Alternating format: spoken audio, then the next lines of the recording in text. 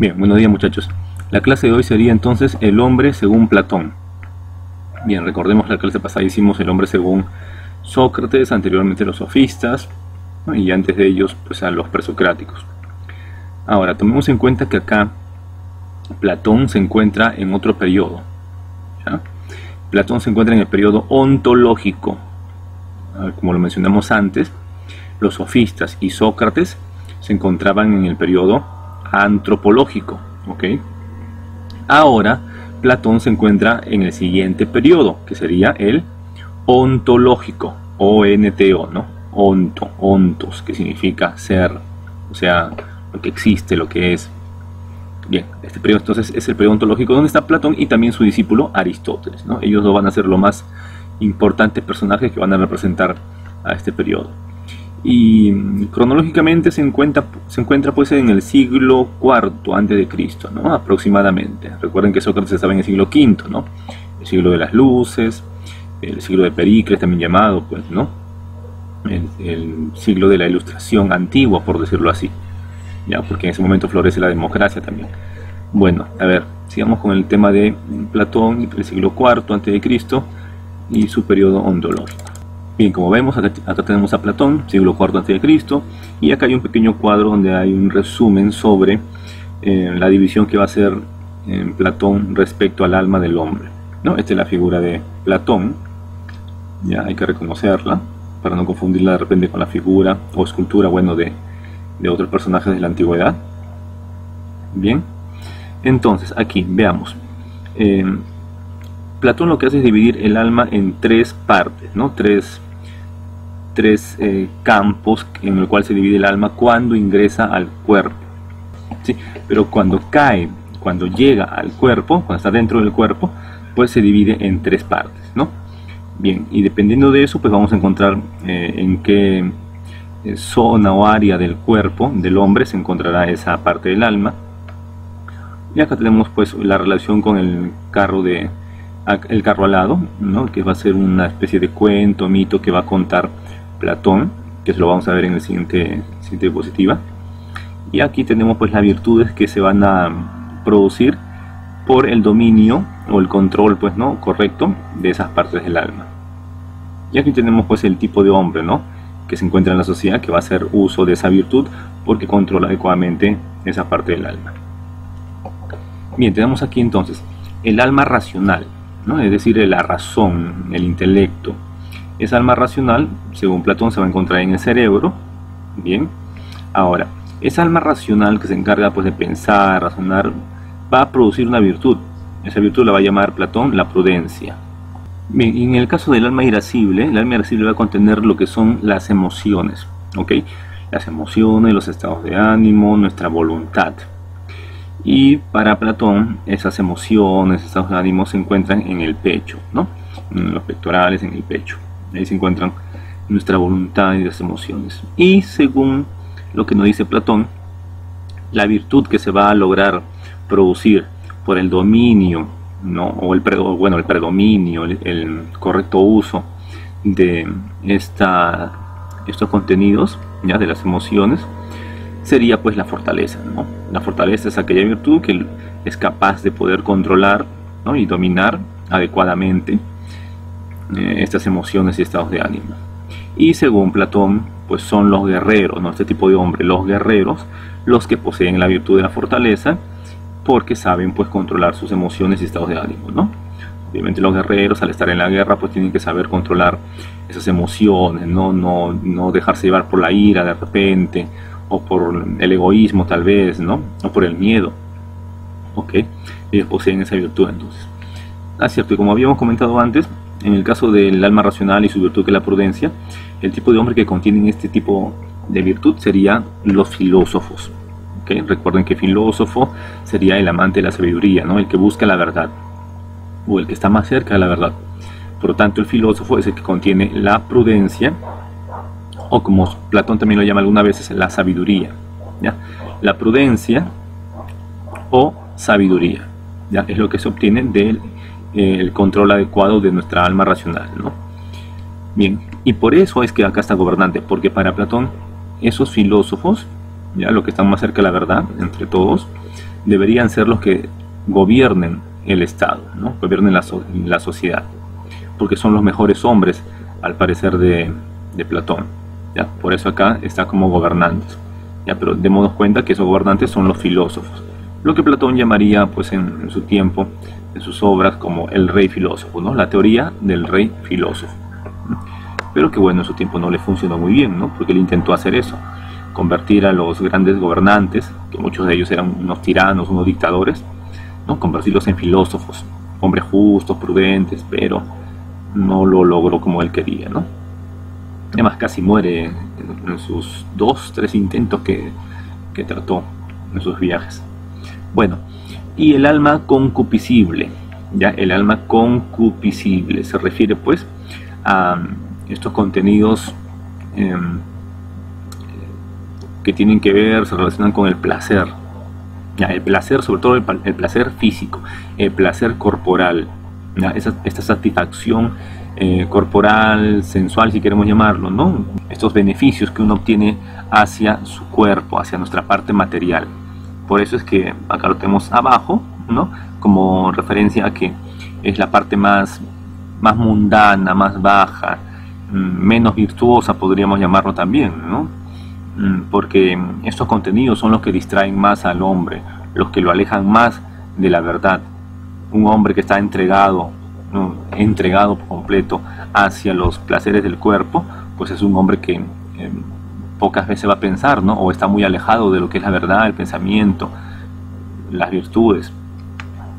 Por eso es que estos contenidos se encuentran, según Platón, en la zona del abdomen, ¿no? A la altura del vientre, del abdomen. Ahí se encontrarán estos contenidos placenteros que se relacionan con el cuerpo.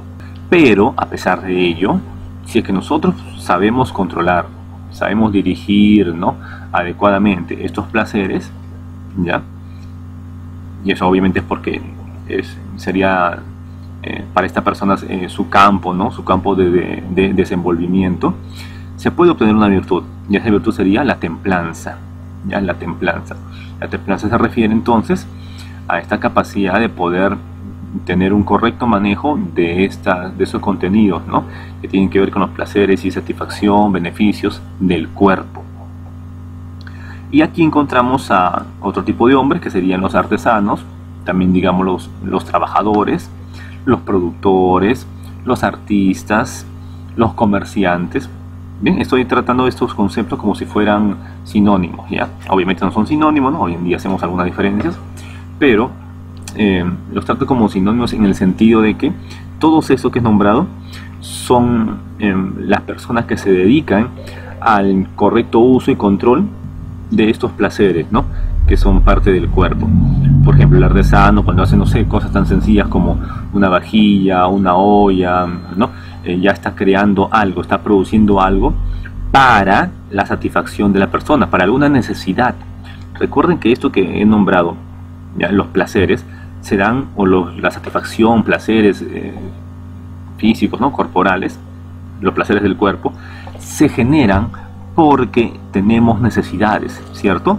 Los placeres del cuerpo que están ubicados en el alma concupiscible se van a generar, van a darse porque el hombre presenta necesidades que son del cuerpo, obviamente, ¿no?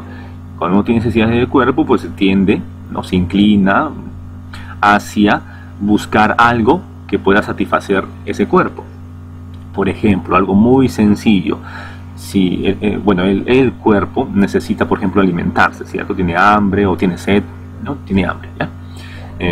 Eso es una necesidad del cuerpo. Entonces, ¿qué hacemos? Vamos y buscamos algo para comer, ¿no? Buscamos lo que sea, no sé, algo muy sencillo o algo muy complicado, ¿no? Algo muy rico o algo solamente para poder alimentarse y nada más, ¿no? Pero, ¿qué es lo que pasa acá?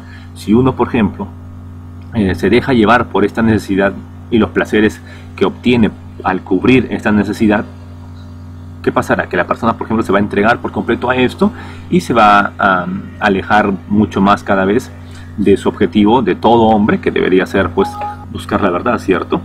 Bueno, entonces, por ese motivo es que el hombre debe darle un correcto uso a esas necesidades, ¿no? Darse cuenta, en qué medida debe satisfacer esas necesidades. Si yo tengo hambre, por ejemplo, tengo esta necesidad, pues debo recurrir a alimentarme para poder equilibrar pues todas las necesidades que uno tiene, ¿no? Si uno dedica todas sus fuerzas solamente a satisfacer la necesidad del hambre, pues lo que va a pasar es que me puedo enfermar también, ¿no? Puedo comer cualquier cosa sin medir si me hace daño o no me hace daño, solamente porque me gusta, ¿no? Y me causa placer comer nada más, sin darme cuenta que me puede hacer mucho daño físicamente. Puede crear hasta enfermedades de repente, pues, ¿no? O cosas peores tal vez. Bien, eso ya no sería una virtud, obviamente, ¿no? En cambio, por ejemplo, acá, ¿quién podría satisfacer esto? Pues pongamos el cocinero, ¿no? El chef, un cocinero. La persona que cocina, un restaurante, por ejemplo, ¿no? O en algún lugar para las demás personas, para ofrecerlo a las demás personas, pues ya está manejando un correcto uso de esta necesidad y de los placeres que se van a obtener. Se supone que el buen cocinero, bueno, un buen chef, va a ser capaz de medir los condimentos, ¿no? Todos los elementos que va a poner en la comida, para de esa manera no causar daño a las personas. Y lo mismo va a pasar pues con un sastre, con un médico, con un zapatero, con un abogado, ¿no? con un artista, por ejemplo, ¿no? Que va a crear pinturas de repente, o con un arquitecto que va a crear templos o monumentos, pues, ¿no? Todos estos señores, todas estas personas, artesanos, trabajadores, productores, comerciantes, artistas, todo lo que he nombrado, van a tener esta virtud de la templanza porque van a saber crear adecuadamente cosas, artefactos, cosas que van a poder satisfacer esas necesidades del hombre. En ese sentido, pues, también son importantes para Platón porque son parte de la sociedad, ¿no? Entonces ahí tenemos los tres tipos de hombres que van a formar parte de nuestra sociedad. Los artesanos, desde abajo, ¿no? Los artesanos, trabajadores, los artistas, como dijimos, los productores, pues, ¿no? Los comerciantes, todos ellos van a tener la virtud de templanza porque van a saber usar adecuadamente y tratar adecuadamente a estas necesidades y placeres que se van a obtener. Bien, luego están los guerreros, estos hombres que tienen la fortaleza, la virtud de la fortaleza, porque saben manejar sus estados de ánimo, su ira, pues, ¿no? Su enojo, la alegría también, ¿no? Todas las emociones fuertes, ¿no? La van a saber manejar adecuadamente, ¿no? Porque tienen un buen dominio de esta alma irascible, ¿no? Los guerreros. De esa manera ellos van a proteger correctamente nuestra sociedad, ¿no? Van a hacer lo que van a defender la patria. Y por último, y en la cabeza, por decirlo así, están pues los filósofos, que son los gobernantes, ¿no? Ya que ellos son los hombres que están más cerca de la virtud, más cerca de la verdad, ¿no? De la sabiduría. Van a saber pensar y ordenar adecuadamente al Estado también, ¿no? Van a saber decidir adecuadamente sobre los diferentes asuntos en el Estado, ¿ya? Porque son los que van a dar un mayor predominio hacia este tema de la razón, ¿no? El intelecto, el saber pensar, ¿ok? Entonces ahí están los tipos de alma, el lugar donde se encuentra en el cuerpo del hombre, ¿no? Cerebro, pecho, abdomen, las virtudes que se obtienen del dominio y del correcto uso de esa parte del alma, y los hombres, ¿no? El tipo de hombre que van a ser capaces de obtener esa virtud por el correcto uso de esta parte del alma, ¿ok? Entonces, y por último tenemos acá, bueno, para conocer un poco lo que dijimos hace un momento, el mito del carro alado, ¿no? Haciendo pues un pequeño análisis nada más, ya algo sencillo. Acá tenemos el mito del carro alado, el carro, las alas que representa pues la divinidad, ¿no? Acá tenemos al auriga, ahí está el auriga, que vendría a ser pues como el chofer, el conductor del carro, ¿no?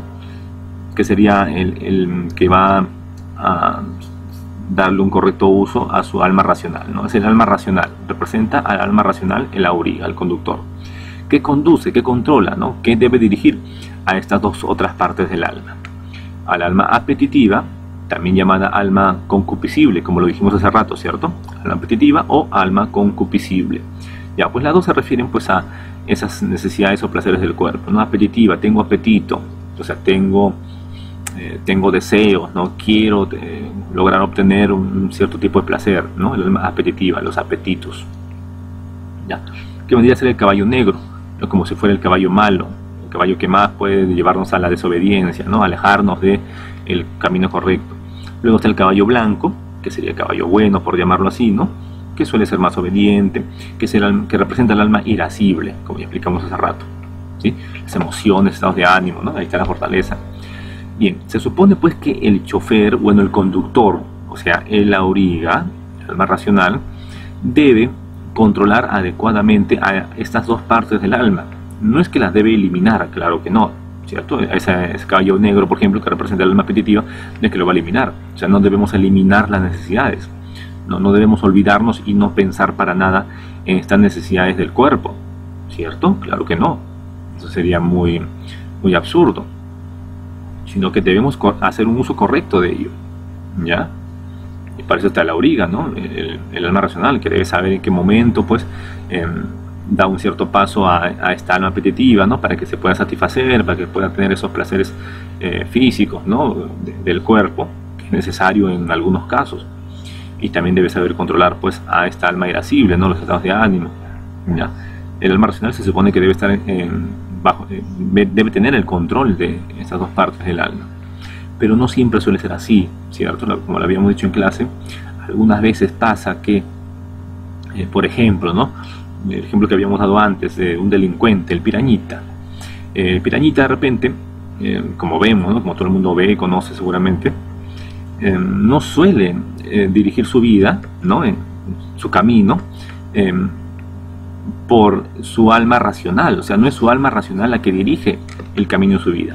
En el caso de ello, de un delincuente, bueno, de un pirañito, un pirañón, etc., podríamos decir que es el caballo negro el que está, el que tiene el control de todo. Es como decir que este alma racional, en el caso del pirañita, esté acá, adelante, siendo azotado por ese caballo negro que se ha puesto como el auriga, como el señor que controla todo. Porque miren la vida, pues, de un delincuente, ¿no? Hace muchísimas cosas malas, ¿no? Como robar, matar, no sé, insultar, mentir, etcétera. Las hace daño a los demás. ¿Solamente para qué? No para buscar la verdad, no por el bien de los demás, no, nada que ver. Todo lo que hace lo hace solamente para satisfacerse a él mismo, no para poder tener ese placer corporal, no sé, de repente al drogarse, ¿no? De repente al embriagarse, drogarse, ¿ya? O tener otro tipo de placeres, y utiliza la razón, utiliza su alma racional, porque al fin y al cabo, a pesar que es un delincuente y todo lo que ustedes quieran, pero también posee esta parte del alma, ¿no? No es que en él no haya desaparecido, está ahí, como estamos viendo en el ejemplo, ¿no? Ese auriga que debería estar acá, en el caso del delincuente está acá adelante, ¿no? Siendo azotado por este caballo negro. ¿Y qué hace? Pues como vemos, el delincuente piensa, entre comillas, ¿no? Entre comillas, piensa, razona, pero ¿para qué? Para darse cuenta y razonar en cómo es que va a conseguir más droga, cómo es que va a conseguir más alcohol para embriagarse, o cómo va a dañar a sus amigos, cómo va a robar un banco de repente, ¿no? Cómo va a estafar a una persona. ¿Se dan cuenta? Para eso usa la razón. O sea, le da un uso totalmente inadecuado, ¿no? Incorrecto, perverso. Ese es en el caso de un delincuente, por ejemplo, ¿ya? De un delincuente, que es el caso más despreciable, pues, ¿no? Que estamos viendo acá como ejemplo. ¿Ya? Y no sucede esto que vemos acá en la figura, ¿no? Que es el auriga, el alma racional, el que está dejándose llevar por el caballo negro. O si quieren verlo de una mejor manera, de repente podríamos decir que el auriga sigue ahí, ¿no? Pero obedece a lo que el caballo negro quiere, ¿no? El caballo negro quiere irse por la derecha de repente y el auriga no lo detiene, ¿no? Deja, y es más, hace que el caballo blanco también vaya por el lado derecho, por donde quiere el caballo negro, ¿no? ¿Mejor entender? ¿Sí? O sea, no es un correcto conductor, ¿no? Un correcto auriga, no dirige correctamente la vida del hombre, porque el hombre vendría a ser todo esto, pues, ¿ya? El hombre no es el alma apetitiva o el alma irascible o solamente el alma racional, sino que el hombre es todo este conjunto. Y eso lo vamos a poder ver acá en esta definición que tiene Platón sobre el hombre, ¿no? Platón dice: el hombre es un alma encerrada en un cuerpo.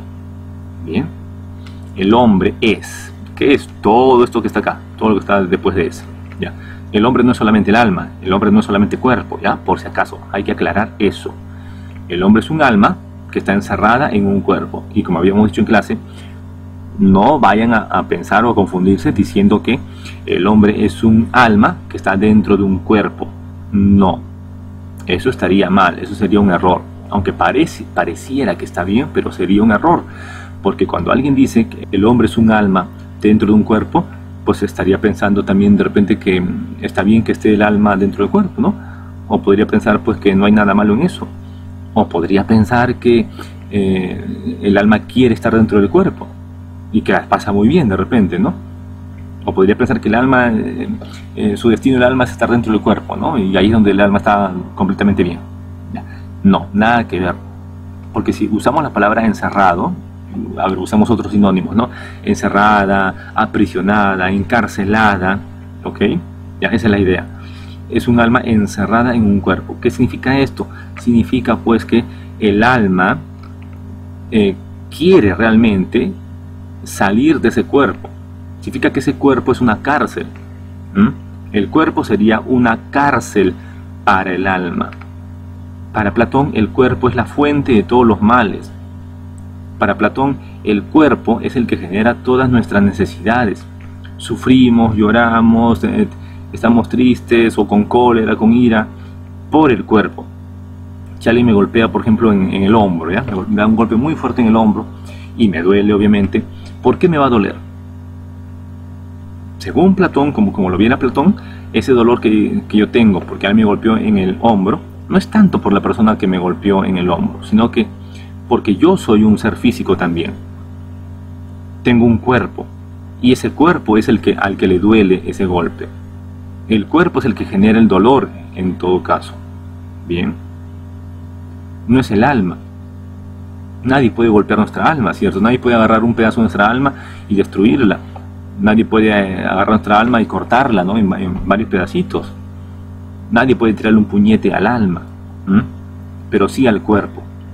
Y cuando golpean nuestro cuerpo o cuando se trata mal al cuerpo, pues en cierta manera, ¿no? En gran medida o en poca medida, pues, ¿no?